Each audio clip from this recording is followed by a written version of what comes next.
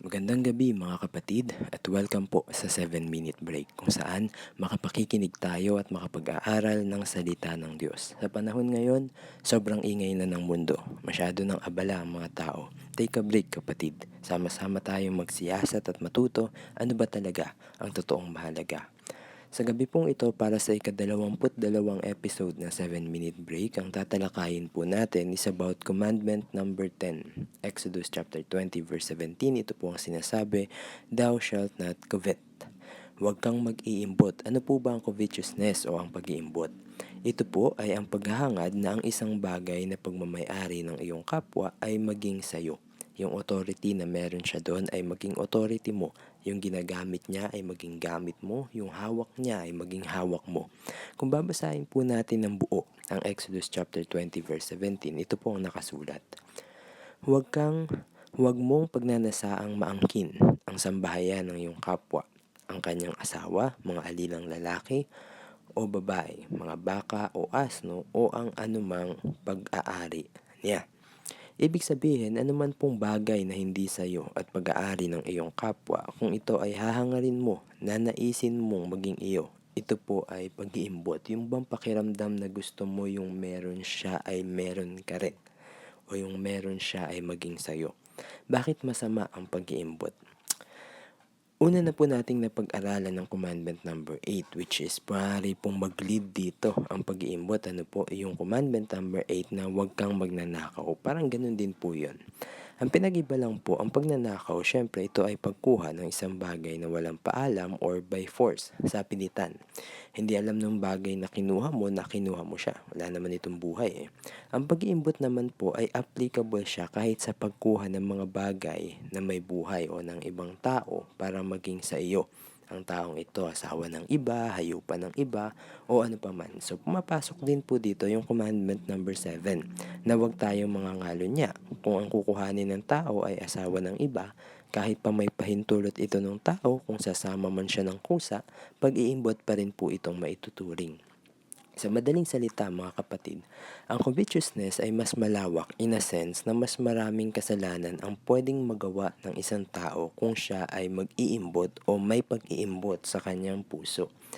Actually, ang pag-iimbot mga kapatid ay pagnanasa pa lang, paghahangad pa lang, at wala pang kalakip na aksyon. Ibig sabihin, iniisip mo pa lang na gusto mo to o gusto mo yan pero hindi mo pa ginagawa. Makikita natin dito mga kapatid na ang utos na ito ng Diyos, ang ikasampung utos, ibinigay ng Panginoon upang utusan ng tao na umiwas na malabag ang mga naunang utos. Ibig sabihin ng huwag kang mag-iimbot, huwag mo nang hangarin, huwag mo nang pagnasaan upang nang sa ganun, hindi ka bumagsak sa pagnanakaw, hindi ka bumagsak sa pangangalo niya na pwede ring umabot kahit sa pagpatay at sa iba pang mga kasalanan. Tinuturuan tayo dito ng Diyos na kung paanong ibinigay niya yung mga utos, nagbigay din siya ng paraan paano natin maiiwasan ang paglabag dito. Alam natin mga kapatid na itinuturo din ng Panginoong Hesus kung paanong ang pagkakasala ay nagsisimula sa puso't isip ng tao. Kaya kung tayo ay mag-iimbot, nagkakaroon ng masidhing paghahangad na ang mga bagay na hindi naman sa atin ay maging ating possession, even before na tayo ay mag-commit ng hindi magandang action para sa desire na ito, humingi na agad tayo ng tawad sa Panginoon. Refocus, mag-iba ka na ng iisipin, mag-iba ka na ng titignan. At higit sa lahat, pinakamahalaga, hingin natin sa Diyos na baguhin niya yung laman ng ating puso upang tayo hindi magkasala sa Kanya at sa ating kapwa. Ang mga utos na ito mga kapatid na ibinigay ng Diyos ay may layunin, may dahilan at iyon ay mga bagay na magdadala sa atin sa lalong mas mabuting kalalagayan. Commandment number 1 to 4, tutulungan tayo nito na magtiwala lang sa iisa at tunay na Diyos. Maunawaan natin at makilala ang kanyang kabanalan. Commandment number 5 to 10, tutulungan tayo nito na bumuo ng masaya at maayos na relasyon sa ating kapwa. Lahat ng utos ng Panginoon ay matuwid at karapat-dapat na sundin. Bilang tao, hindi tayo perpekto. Nagkakamali tayo, nagkakasala tayo, but the desire na laging magawa at masunod ang kalooban at mga utos ng Panginoon. Patunay yon mga kapatid, na tunay ang pagtanggap natin sa Panginoong Hesus. Tunay ang pagpapasakop natin sa Kanya sa ating buhay. Ang pagpapapasok natin sa Kanya sa ating buhay at ang pagpapasakop natin sa Kanyang authority.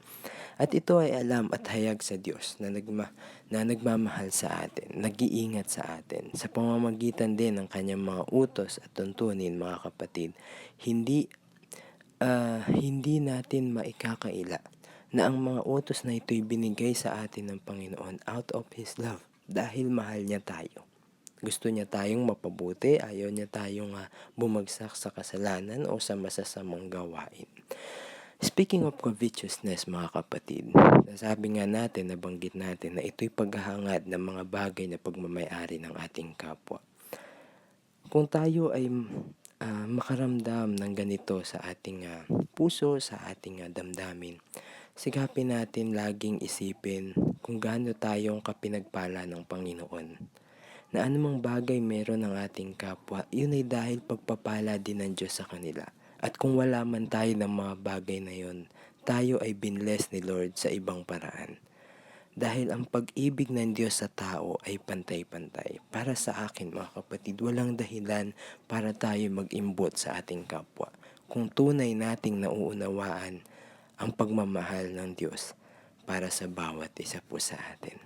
Mga kapatid, hindi bukas kundi ngayon. Ito na yung tamang panahon at huwag natin sayangin ang pagkakataon dahil walang maling panahon para ipagsigawan sa mundong mahal tayo at mahalin natin ang Panginoon. Kung meron po kayong mga katanungan or prayer request, mag-message lang po kayo anytime dito sa page kung saan niyo po ito naririnig ngayon at sa abot ng aming makakaya, sasagot po kami sa inyong mga messages at sisiguraduhin namin kami makikiisa sa paghanap sa kalooban ng Panginoon para sa inyong mga prayer request. Mga kapatid, masyadong maikli ang ilang minuto. Maglaan tayo ng oras sa ating mga personal na buhay upang mas makilala pa natin ang Panginoong Jesucristo. God bless us all po.